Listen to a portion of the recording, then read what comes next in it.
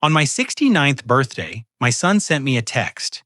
It contained just 2 sentences, and his wife even liked the message. That single text ended up costing them their access to a $30 million family fortune. What happened next is a story about what happens when you mistake a father's kindness for a fool's weakness. If you believe that families should be built on respect, not entitlement, then please like this video and subscribe to the channel. Let me know in the comments where you're listening from because I want to know how far this story travels. It all began on the quietest birthday of my life. The silence was the first thing you'd notice. In a house like mine, a sprawling custom-built home in the green hills of Connecticut, silence is an achievement. It's a testament to thick walls, insulated windows, and a life carefully curated to keep the noise of the world at bay. But on this particular evening, the silence wasn't peaceful. It was heavy. It was the sound of absence. I sat in my leather armchair, the one my late wife Anna always said made me look too serious, and stared at the grandfather clock in the hall. Its steady, rhythmic tick was the only thing marking the passage of time. 68 years had come and gone. Now the 69th was slipping away 1 second at a time, unnoticed by the two people who mattered most. My phone lay dark on the polished oak table beside me. I'd picked it up a dozen times, my thumb hovering over the contacts, only to set it down again. They're busy, I told myself. Leo has that new project, and Chloe is probably planning another one of her charity galas. It was an excuse, and a poor one at that. A son doesn't forget his father's birthday. Not unless he is taught to. Or perhaps not unless he has been given so much that there's nothing left to be grateful for. The house was filled with ghosts of a happier time. I could almost hear Leo's childhood laughter echoing from the staircase, or see Anna arranging flowers on the mantelpiece, her smile brightening the entire room. After she was gone, I had poured everything I had left into our son. I saw it as my duty, my final promise to her. I had provided, I had enabled. I had given him a life free of the hardships I had faced, building my architectural hardware empire from a dusty workshop into a national brand. I had given him everything I realized with a slow, sinking feeling, except for a reason to respect the man who had provided it. Finally, the ache of loneliness became too much to bear. I wasn't looking for a gift or a party. I just wanted a connection, a simple acknowledgement that I still existed in their world. With a sigh that seemed to carry the weight of the last decade, I picked up the phone. My fingers felt clumsy as I typed out the message. I read it over and over, deleting words, trying to make it sound casual, anything but desperate. In the end, I settled on something simple, something a father says to his son. Just wanted to say I love you both. Hope you're having a good week.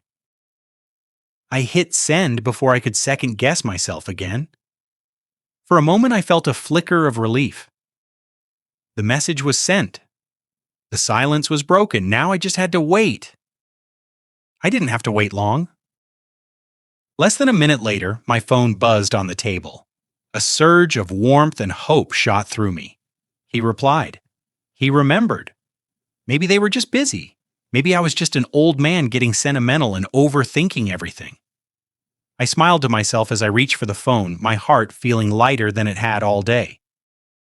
Then I read the message. The screen glowed in the dim light of the living room, illuminating 2 sentences that felt colder than the October air outside. We need space from you. Please don't reach out anymore at all. I read the words once, then twice. I felt the air leave my lungs as if I'd been punched in the chest. It wasn't the anger or petulance of a young man having a bad day. It was a dismissal. It was a corporate sterile, HR-approved termination of a relationship. It was an execution. My son had just fired his father. My mind went numb. I couldn't process the cruelty of it. Space.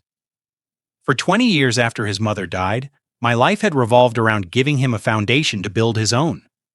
But I had made a terrible mistake. I hadn't given him a foundation. I'd given him a fully furnished penthouse, and he was now complaining about the landlord. As the initial shock began to subside, my eyes focused on a small detail below the text bubble. A detail that took the cold cruelty of the message and dipped it in poison. It was a small red heart icon, and next to it 2 words, "Chloe liked this message." That was the moment everything broke. The heartbreak I felt wasn't a loud, shattering sound. It was a quiet, deep fracture, the kind that splinters a solid foundation until the whole structure is compromised. Chloe, his wife. The woman whose lavish wedding I had paid for without blinking, the one who drove a Range Rover I had bought her as a birthday present. Her liking that message wasn't just agreement. It was applause. It was a digital high five for her husband's cruelty. In that moment, I saw their partnership with blinding clarity. They weren't just a couple. They were a team united in their entitlement. The memories, the ones I had pushed aside for years to keep the peace, came flooding back. They weren't individual events anymore. They were connected dots, forming a perfect, ugly picture. The $500,000 down payment for their penthouse in Tribeca, an apartment they referred to as a starter home. The constant stream of credit card statements that arrived at my address, filled with charges from designer boutiques and 5-star resorts, all quietly paid for my accounts. I remembered the phone call just 6 months ago. Leo's voice breezy and casual, asking for $200,000 to fund Chloe's latest business idea, an online gallery for emerging artists. He'd presented it not as a request, but as a notification of a withdrawal. When I had gently suggested he should perhaps use some of his own capital, he had laughed. "Dad, this is my capital. It's the family money." I had let it go. I had transferred the money. I had always transferred the money. Because I loved my son, and because I was a fool who believed that one day he would wake up and understand. I was wrong. The text message on my phone was the proof. To them, I wasn't a father. I wasn't even a person. I was a resource, a fund, an endless, faceless supply of money that was getting inconveniently sentimental in its old age. And now the resource was being told to stop making contact. I stood up and walked to the window, looking out at the manicured lawn stretching into the darkness. The garden Anna and I had planted together. The home I had built for my family. A profound coldness settled over me, extinguishing the last embers of my sadness. In its place was something new, something hard and clear and utterly calm. It wasn't anger, it was resolve. You cannot reason with entitlement, you cannot negotiate with disrespect. You can only cut off its supply. I walked back to the table and picked up my phone. My hands were perfectly steady. I opened Leo's contact information. I scrolled down to the bottom and pressed the button that said "Block this caller."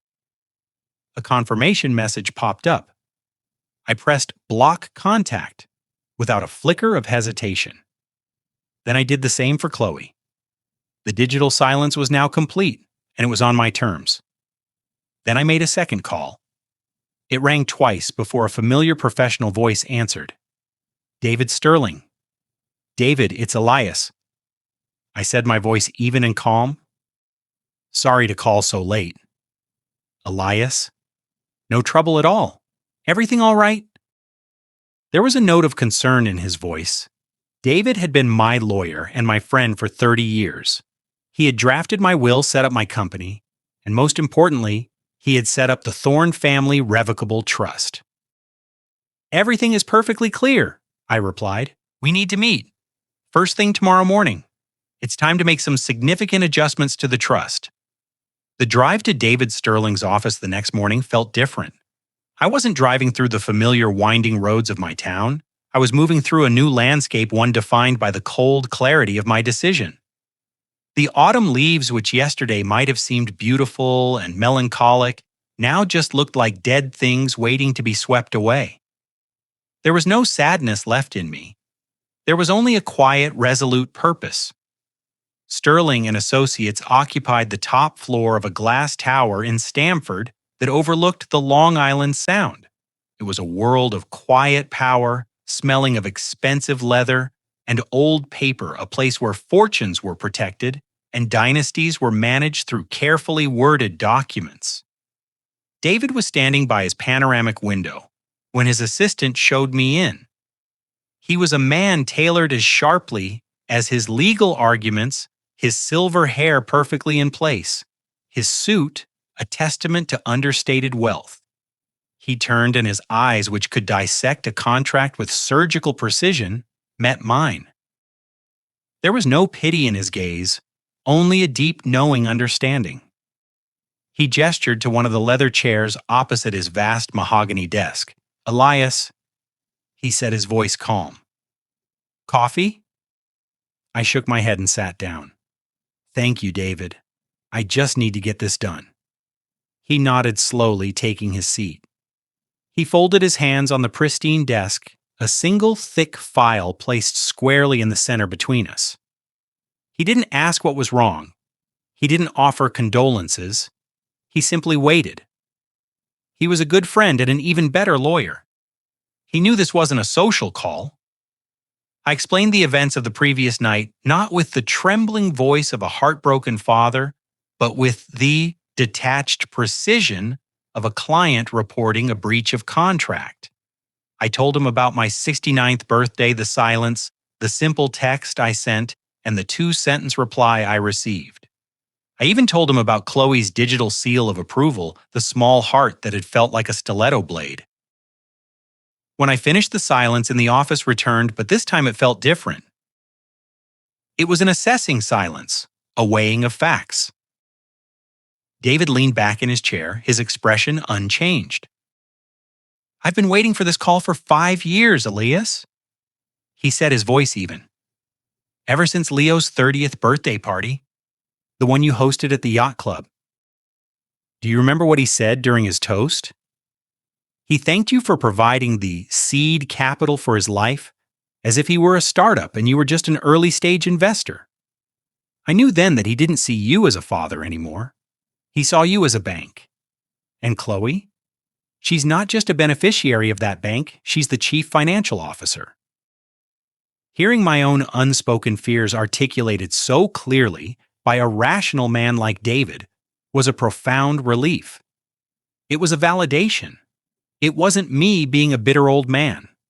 This was a reality that had been visible to others for a long, long time.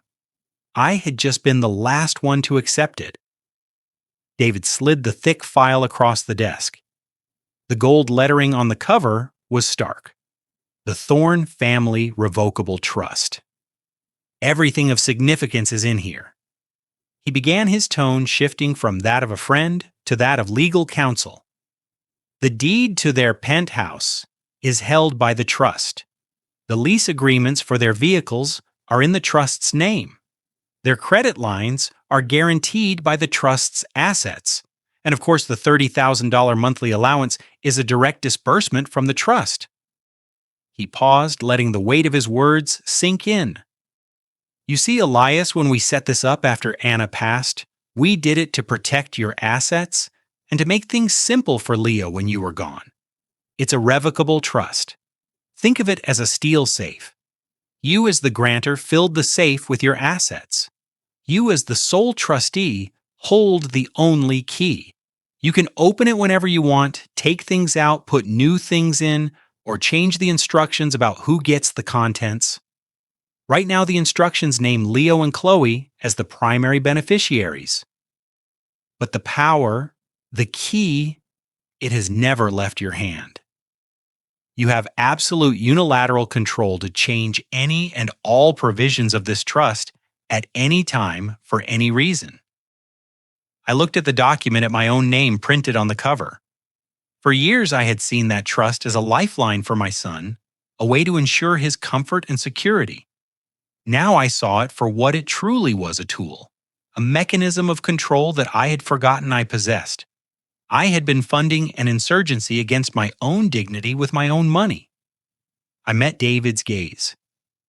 There was no doubt in my mind. The path forward was clear, and I would not waver.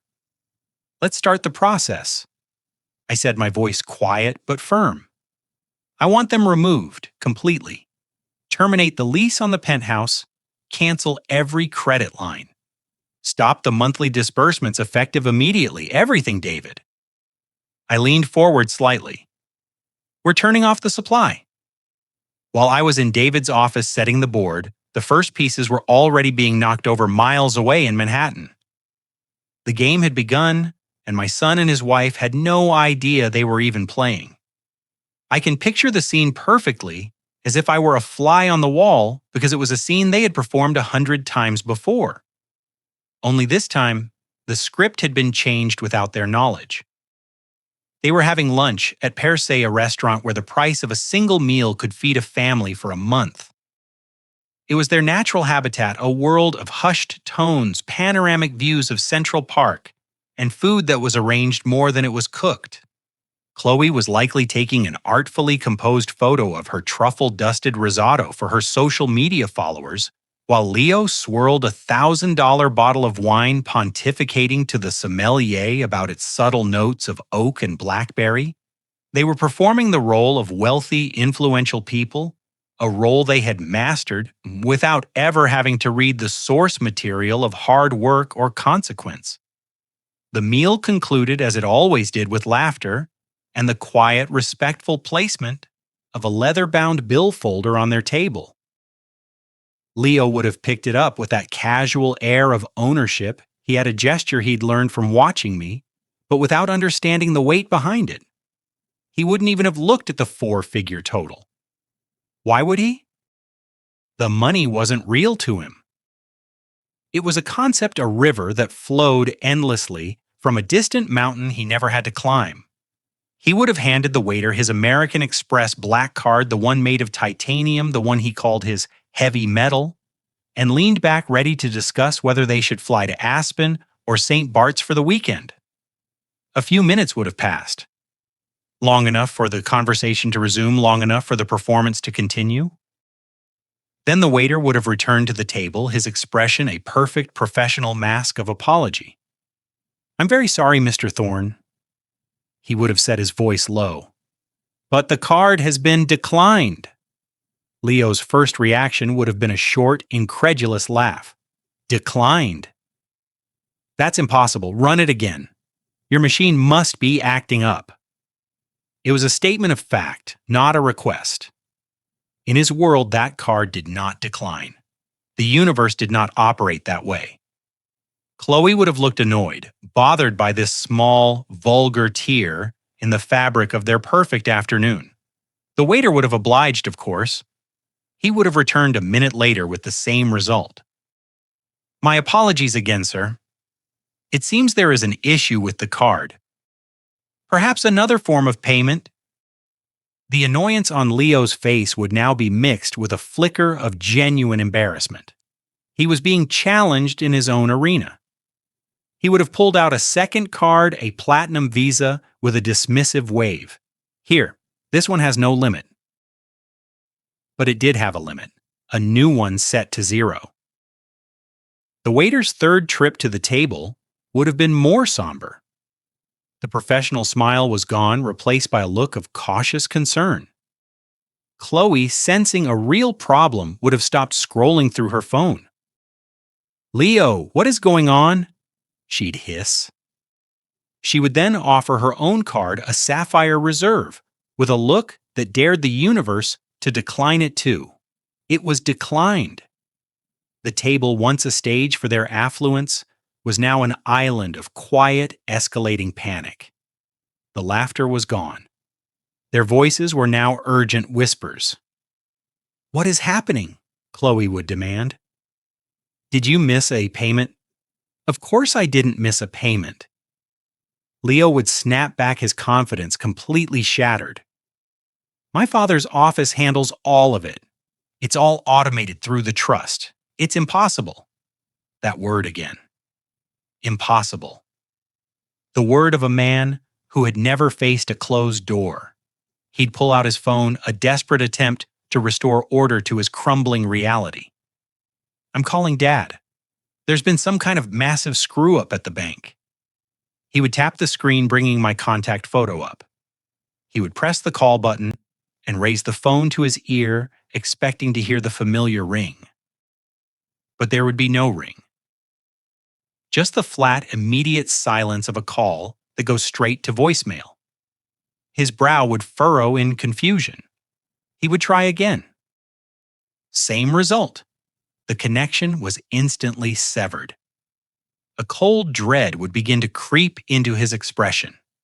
This wasn't a technical error. This felt different. He'd switched to text messages, his thumbs flying across the screen. "Dad, what's going on with the cards? None of them are working. Call me."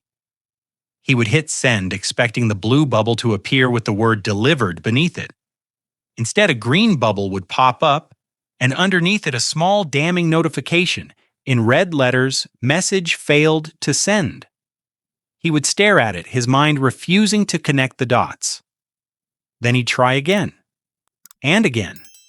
The red letters mocking him each time, and then the horrifying realization would dawn on him. This wasn't a network issue. This wasn't a banking error. This was a wall. A deliberate, impenetrable wall. He'd been blocked.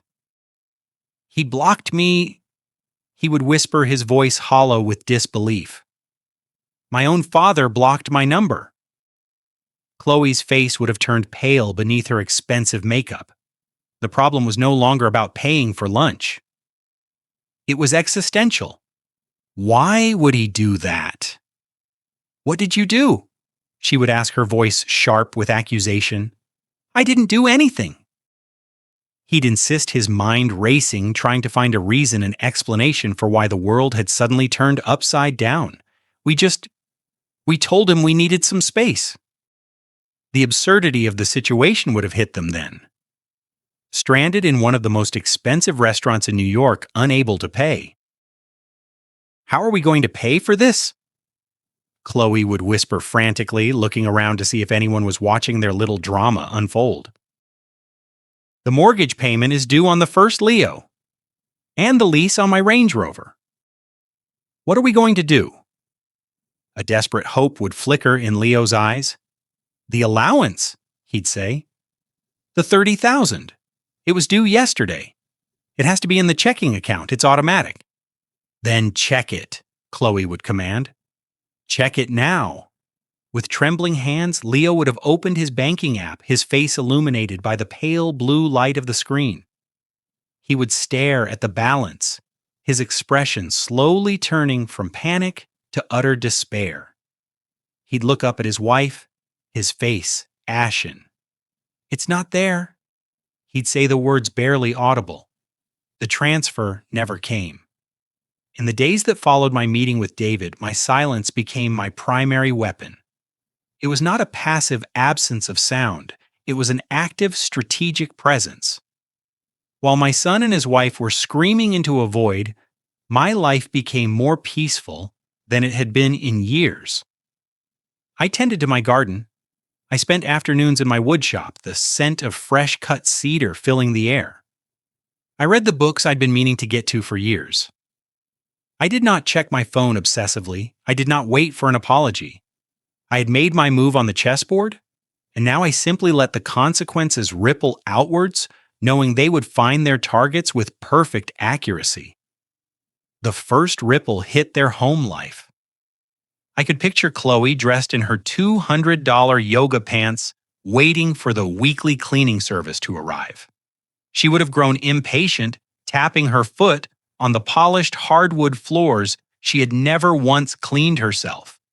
Eventually, a text would have arrived from the agency, a message of polite corporate finality. "Dear Ms. Thorne, we are writing to inform you that your service agreement has been suspended due to non-payment." The Dust Bunnies would begin their slow, quiet conquest of the penthouse. The next ripple would have found Leo. He would have arrived at his exclusive gym, a place where trainers cost more per hour than most people make in a day. He'd be ready for his session only to have his key fob denied at the entrance. The receptionist, with a practiced sympathetic wince, would have informed him that his membership had been frozen.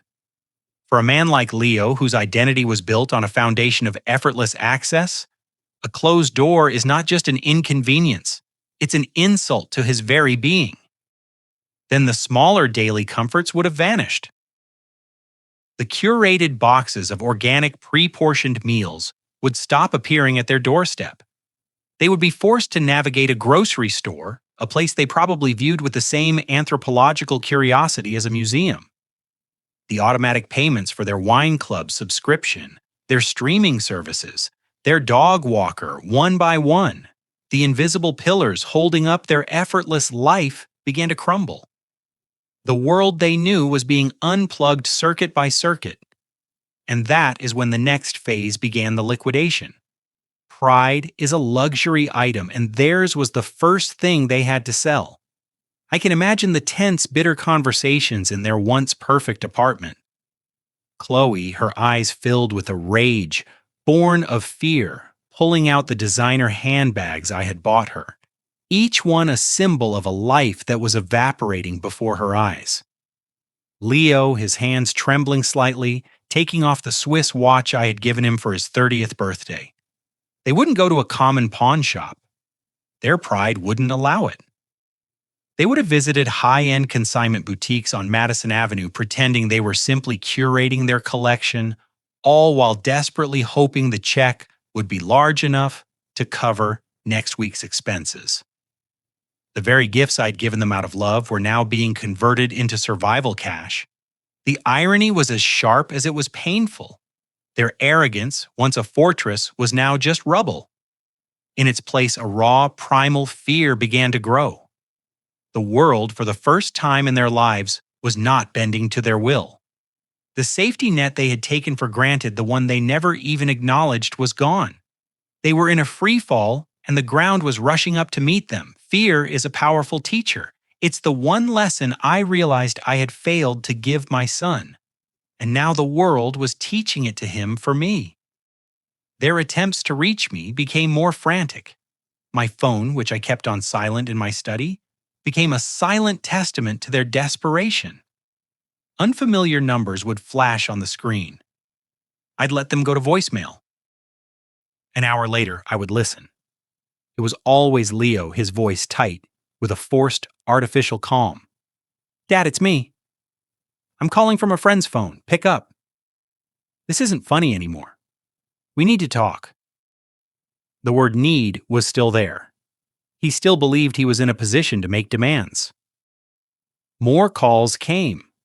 More texts from numbers I didn't recognize, each one more urgent than the last. They were a frantic storm beating against the stone walls of my silence. But inside those walls, I was at peace. I didn't need to block these new numbers.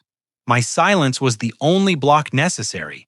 It was my answer to every question, my response to every demand, and my rebuttal to every accusation. It was a constant, unwavering, and deeply unsatisfying no. They had asked for space. I was simply giving it to them in a way they had never expected. A month passed. For me, it was a month of quiet routine and newfound peace. For them, it was a month of slow-motion drowning. David kept me informed of the key developments not out of a sense of gossip, but as a matter of legal record. I knew the money they'd gotten from selling their trinkets wouldn't last. It was like using a teacup to bail out a sinking yacht. They were patching small holes while a gaping chasm was opening up beneath the waterline. And after 30 days of silence, I knew the real storm was about to hit. It arrived in the form of a single piece of paper. It would have been taped to the heavy imported wood of their penthouse door. An official notice from the building's management company, its stark black and red lettering, a violent contrast to the serene elegance of their hallway. It was a notice to vacate for non-payment of rent. I can imagine the moment Leo found it. The confusion, the immediate assumption that it was a mistake, a clerical error meant for someone else. Then the dawning horror as he read the details. Tenant name, the Thorne Family Trust. Amount overdue 2 months' rent, totaling $60,000. Chloe's reaction would have been disbelief followed by pure rage. Rent. She would have shrieked the word foreign and insulting on her tongue. What do you mean rent? We own this place, your father bought it for us. And that would have been the moment of true soul-crushing revelation for my son. He would have had to admit the truth, perhaps for the first time even to himself. I thought he'd stammer. He always just handled it. They were living in a gilded cage and had never once thought to ask who held the key. The foundation of their entire life, the very floor beneath their feet, wasn't solid ground. It was a rental agreement and the lease had just expired.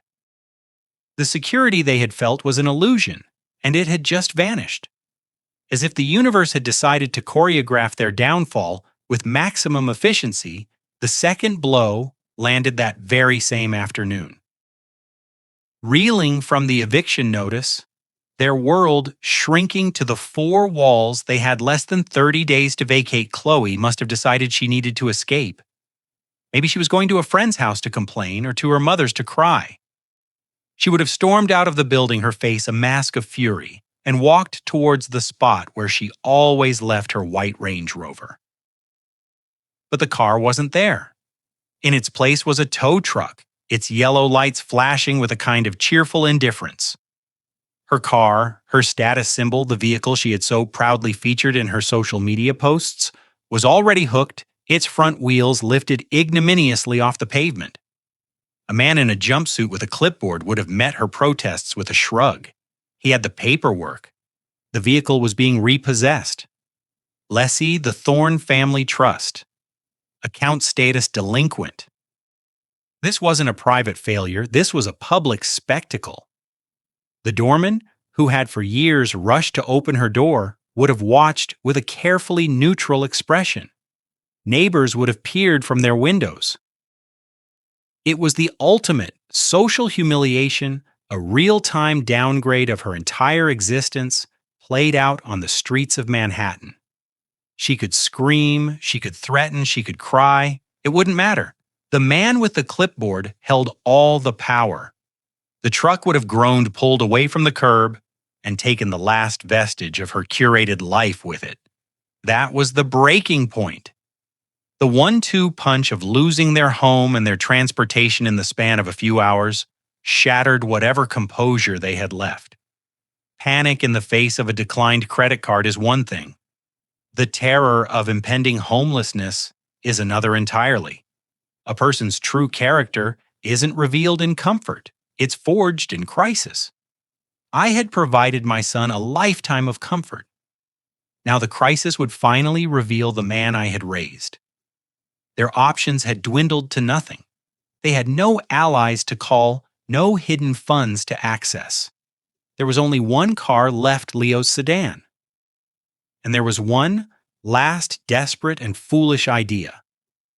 The source of their problem was also in their minds the only possible solution. They had been trying to fight my silence from a distance. Now they would bring the war to my doorstep. I imagined the final conversation in that empty, echoing apartment was short and grim. All the blame and accusations had likely been exhausted, leaving only the raw, metallic taste of desperation. Leo, his face pale, and his eyes burning with a new, dangerous energy, would have grabbed the last set of car keys off the marble countertop. He would have looked at Chloe, his partner, in a collapsing empire. "Get in the car," he'd say, his voice devoid of its usual arrogance, replaced now with the sharp edge of a man with nothing left to lose. "We're going to Connecticut. He can't ignore us if we're standing on his front lawn. He has to face us." The drive from Manhattan to my home in Connecticut takes about an hour without traffic.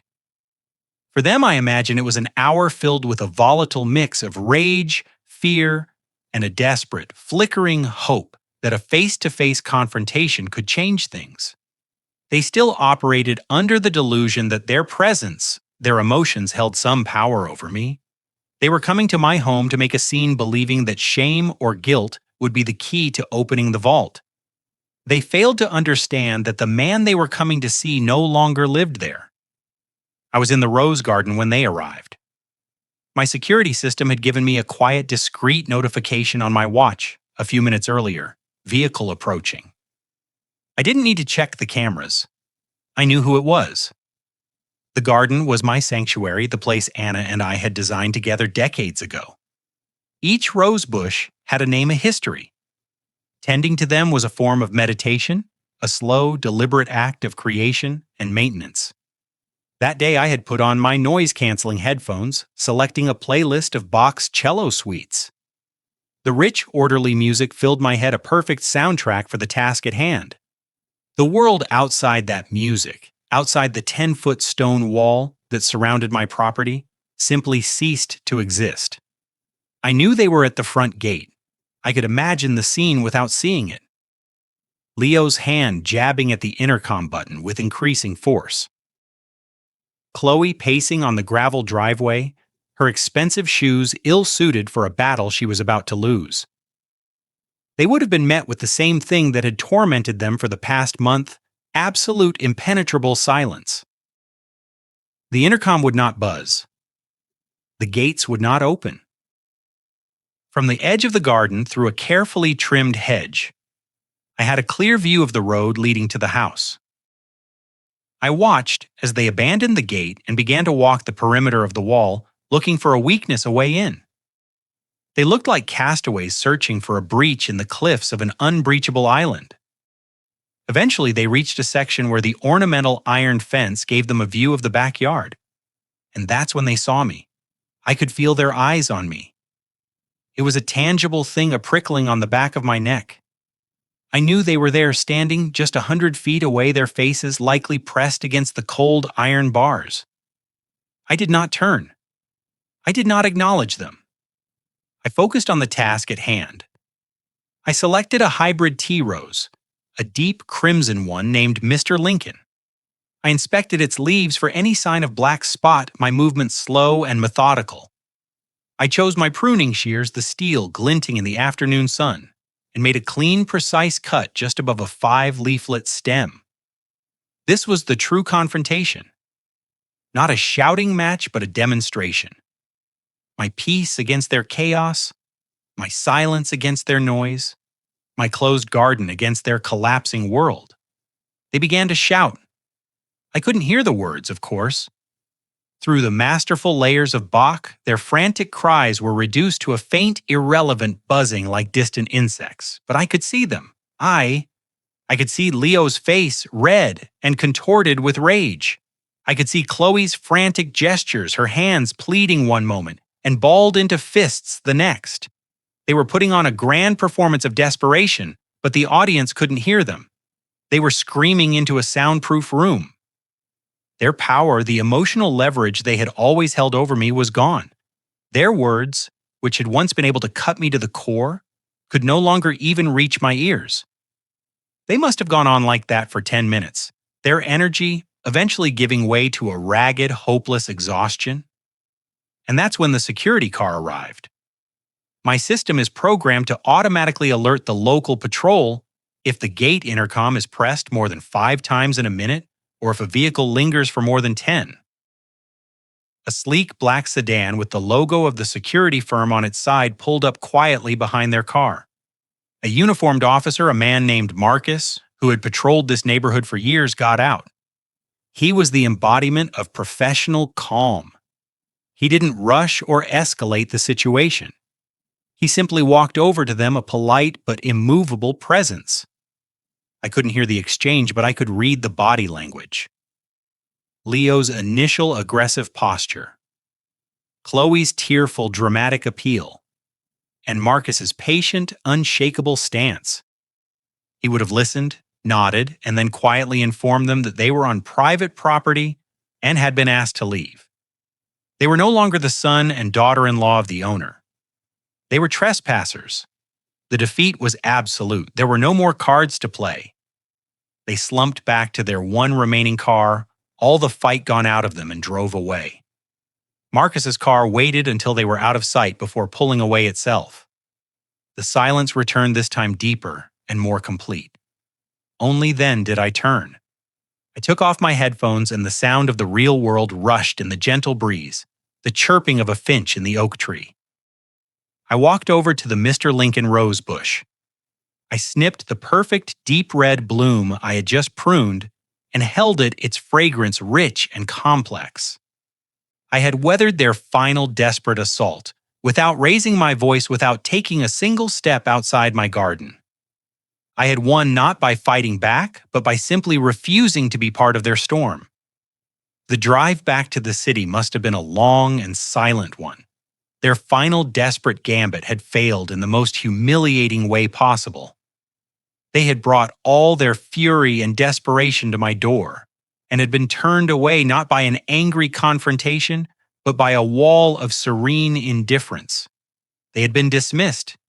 Their power was gone, their resources were gone, and now their hope was gone. What followed was the inevitable final stage of their collapse, the complete unraveling. It began that evening. It was a storm of communication directed at a man who was sitting peacefully in his study, reading a book on Roman history. The calls came from numbers I didn't recognize, one after the other, a frantic digital assault. I had set my phone to automatically silence and log any calls not from my contact list. I didn't have to lift a finger. The technology did the work, acting as a silent digital butler, turning away unwanted guests at the door. It wasn't until the next morning, as I drank my coffee and watched the sunrise paint the sky, that I decided to review the events of the night. Not out of concern, but out of a need for documentation. I opened my voicemail and I listened. The first message had come shortly after they would have gotten back to the city. Leo's voice was raw, ragged with fury. "You think this is a game? You think you can just hide behind your walls and your security guards? You can't do this to us. This is our life you're destroying. My wife is a wreck. We're losing everything. Do you even care? After everything you were supposed to do for us?" The entitlement was still there, buried under the anger. The belief that I owed him this life of luxury. An hour later, another message from a different number. The tone had shifted.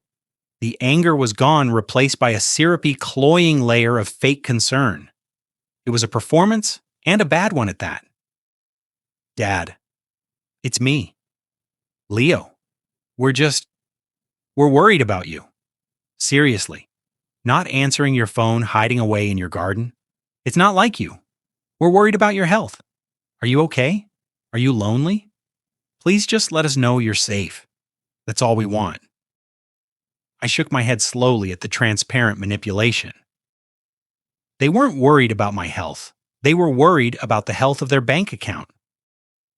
The messages continued throughout the night, a descending spiral into utter desperation. The final one, left sometime around 3 in the morning, was almost unrecognizable. The voice was hoarse, broken. All the anger and pretense had been stripped away, leaving only the sound of a man completely defeated. "Dad, please," he whispered, and I could hear the sound of Chloe crying softly in the background. "Please, I'm sorry. Okay, I'm truly sorry for the text, for everything. We were stupid. We made a mistake. A terrible, terrible mistake. We'll do anything to make it right. I'll get a job, a real one, I swear. We'll pay you back. Just please don't do this. Don't throw us away. We're your family. Please, Dad. Just call me back." After listening to the last pathetic plea, I exited the voicemail and opened my phone's blocked call registry. My system keeps a log of all incoming activity. I scrolled through the entries from the previous night. Page after page of blocked calls from a handful of unknown numbers, all time-stamped between 7 p.m. and 4 a.m. At the top of the screen, the phone's software had tallied the total. The number was precise: 109. 109 desperate, futile attempts to breach the walls of my resolve. I set the phone down. The experiment was complete. The data was collected. It was time for the final phase. I picked up the phone again and made a single call. "David," I said when he answered. "It's time. Send them the email." A few hours later, a message would have appeared in their inbox, an electronic dove in the midst of their flood of despair. It would have come not from me, but from the formal, intimidating address of Sterling and Associates. The subject line would have been simple: meeting regarding the Thorne Family Trust. The message itself was brief, professional, and devoid of any emotion. Dear Mr. Thorne and Ms. Thorne, on behalf of my client, Elias Thorne, I am writing to invite you to a meeting to discuss the future of the Thorne Family Trust. The meeting will be held at our offices this Friday at 10:00 a.m. sharp. Please confirm your attendance at your earliest convenience. I knew exactly how they would interpret that email. They would not see the cold legal formality. They would not recognize the language of a summons. They would see it as a white flag of surrender. They would believe that their campaign of desperation, their 109 calls, their pathetic apologies had finally worked. They would think they had broken me. They would believe they were coming to my lawyer's office to negotiate the terms of their reinstatement. They had no idea they were simply coming to sign their own death warrant. The morning of the meeting, I arrived at David's office an hour early. We sat in his private study, the final notarized documents resting between us on his desk. There was no last-minute hesitation, no flicker of doubt. The preceding month had only solidified my resolve. David reviewed the sequence of events one last time, not as a friend questioning my choice, but as a lawyer ensuring the execution would be flawless. "Are you ready, Elias?" he asked. I looked out the window at the city below a sprawling ecosystem of cause and effect of actions and consequences. "I've been ready for a long time," I said. "Let's go to the conference room." The room was designed to intimidate. It was a long, narrow space dominated by a single colossal slab of mahogany polished to a mirror shine. One wall was entirely glass, offering a dizzying panoramic view of the city. It was a room that made you feel small, a place where multi-million-dollar deals and bitter corporate divorces were finalized with the stroke of a pen. It was the perfect venue for what was about to happen. I took my seat at the head of the table with David to my right. The heavy leather-bound document lay directly in front of me. We waited. They arrived precisely at 10 o'clock. Their punctuality was a sign of their desperation. They were let in by David's assistant, and for a moment, I saw them not as my son and his wife, but as two strangers walking into a trap. They looked diminished. The weeks of stress had stripped away their glossy veneer. Leo's suit, though expensive, seemed to hang off his frame, and his eyes were shadowed with sleepless nights. Chloe's makeup couldn't quite hide the anxiety that tightened the corners of her mouth. They were trying to project an image of contrite, responsible adults, but they just looked like frightened children who had been called to the principal's office. They sat down opposite me, the vast expanse of polished wood between us feeling like a chasm. The air was thick with unspoken words, heavy with the weight of expectation. David, ever the professional, broke the silence. "Thank you for coming," he said, his voice neutral. "We have provided water for you. Elias has asked for this meeting to discuss the future of the family trust." That was Leo's cue. He cleared his throat, sat up straighter, and began the performance he had clearly rehearsed. "Dad?" He started, his voice straining for a tone of earnest sincerity. "First of all, Chloe and I just want to say how deeply sorry we are. The last month has been a nightmare. But it's given us a lot of time to think, and we realize things got out of hand. There was a complete misunderstanding, a breakdown in communication." He paused, looking for a reaction from me. I gave him none. I simply sat there, my hands resting on the table, my expression unreadable. My silence unnerved him, and he rushed to fill it, his words tumbling out faster now. "We've been under a tremendous amount of stress lately with work and, well, everything. And we acted poorly. That text message, it was inexcusable. It was sent in a moment of frustration, and we never ever meant for it to hurt you. We love you, Dad. You're our father, and that's the most important thing." Chloe, on cue, reached across the table as if to touch my hand, her eyes welling up with crocodile tears. "We love you so much, Elias," she whispered. I continued to listen, my gaze steady. His speech was a masterpiece of evasion. It was filled with we and us, with external pressures and mutual misunderstandings. There was no ownership, no real accountability.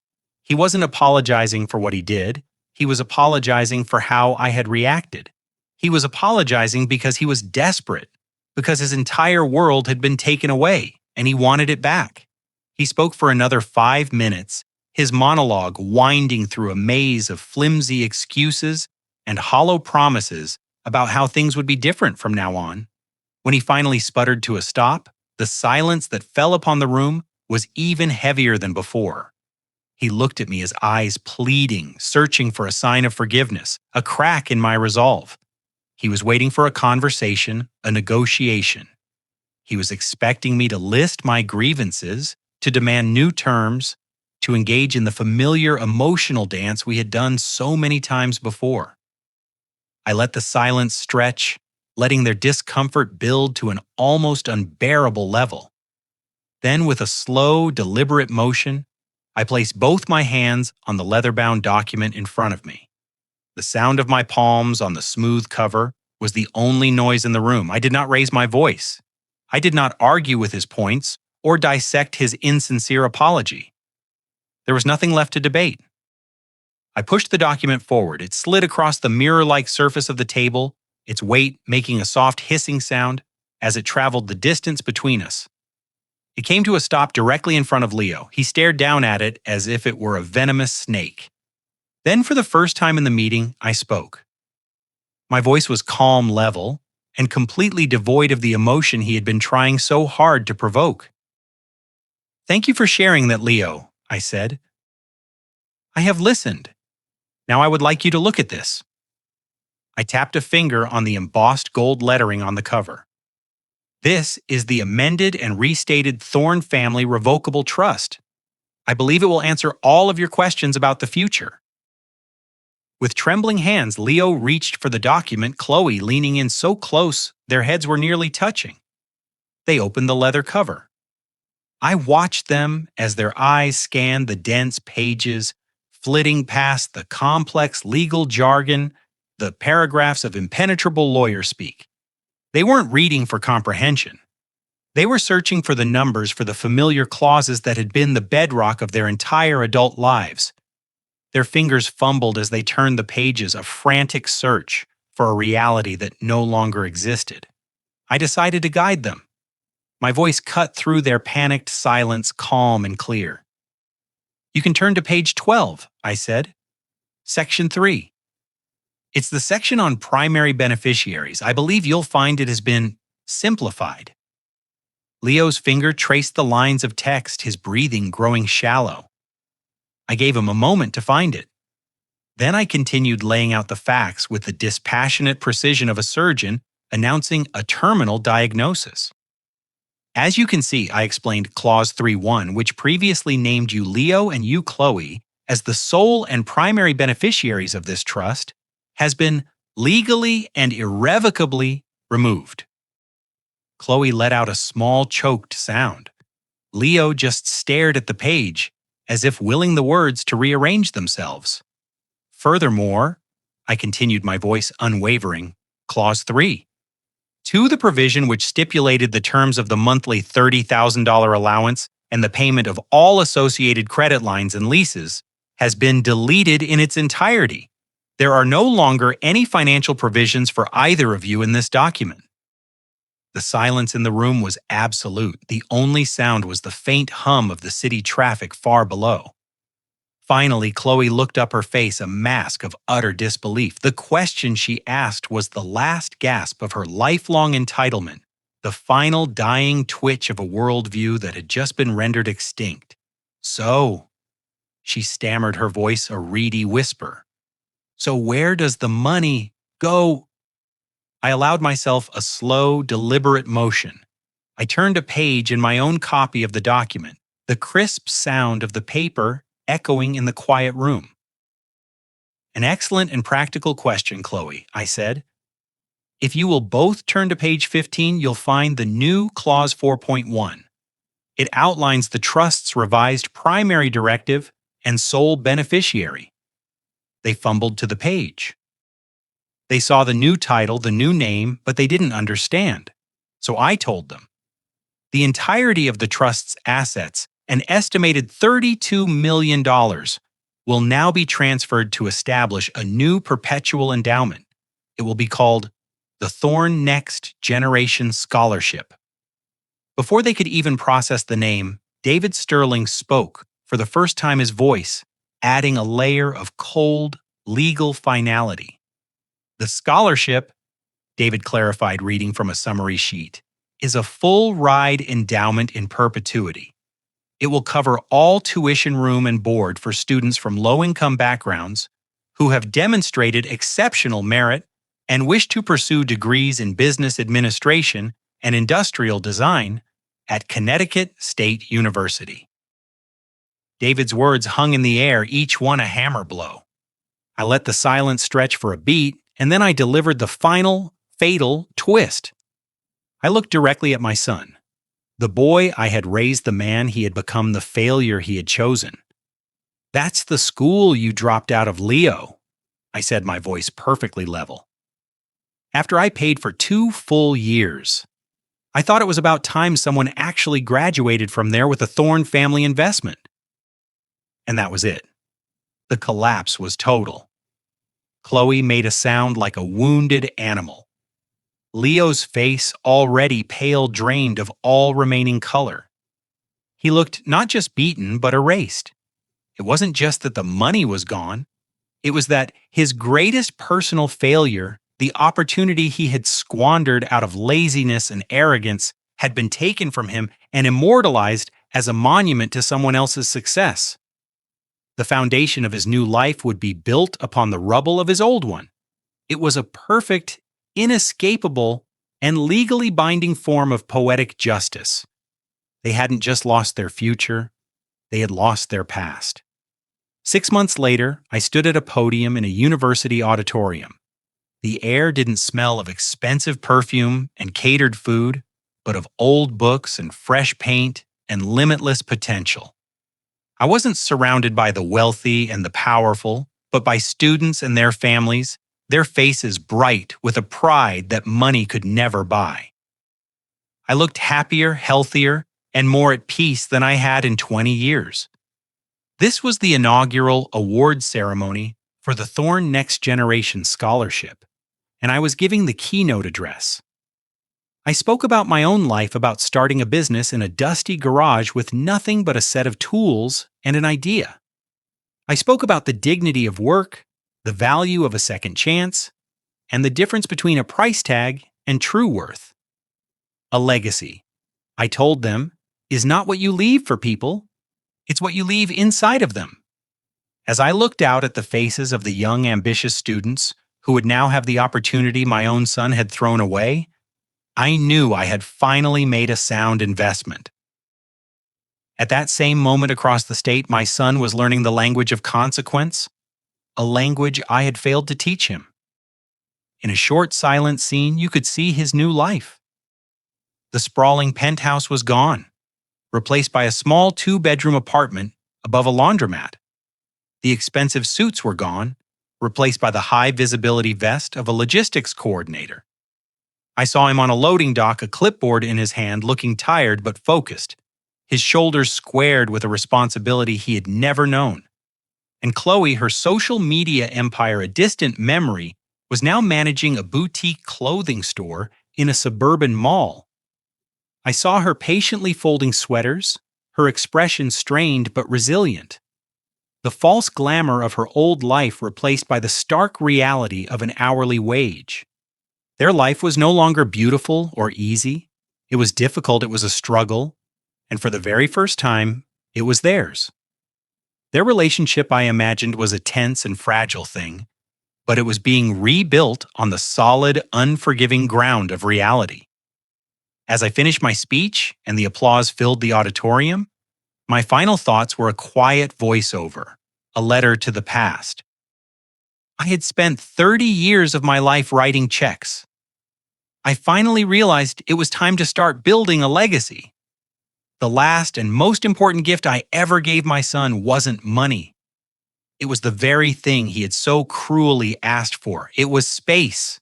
The space to fail, the space to learn, the space to finally, on his own terms, stand up. In losing their inheritance, I had given them a chance to earn their own lives. In the process, I had reclaimed my own peace. And perhaps I thought one day I might get my son back. Not as a dependent, but as an equal. A relationship built not on obligation, but on a foundation of mutual, hard-won respect. Later that evening, I was back home sitting in the garden as the sun set, casting long shadows across the lawn. The air was cool and quiet. My phone, which had been silent for 6 months, buzzed on the small table beside me. I picked it up. It was a text message from a number I did not recognize. The message contained a single word, one word, and a question mark. Dad. I stared at the screen for a long moment. There was no desperation in the text, no demand. It was just a question, an opening, a first step across a vast canyon of silence. A small enigmatic smile touched my lips. It wasn't a smile of triumph or forgiveness, but a smile of quiet satisfaction. The power to answer, the power to decide the future was now entirely mine. I placed the phone screen down on the table. I didn't need to answer right away. I leaned back in my chair and listened to the sounds of the evening. The silence was no longer heavy with absence. It was light and filled with possibility. For the first time in a very long time, the silence felt like a beginning. This story is a powerful lesson that true love must be balanced with firm boundaries. Elias Thorne's generosity, meant to provide for his son, instead created a deep-rooted entitlement that eroded respect and family connection. He discovered that endlessly providing for his children was not preparing them for life, it was disabling them. The most profound act of fatherhood was not writing another check, but finally saying no. By doing so, he gave his son the most difficult but valuable gift of all, the opportunity to face consequences, discover his own strength, and build a life of his own. Share your thoughts in the comments below. Do you believe setting hard boundaries is sometimes the greatest act of love?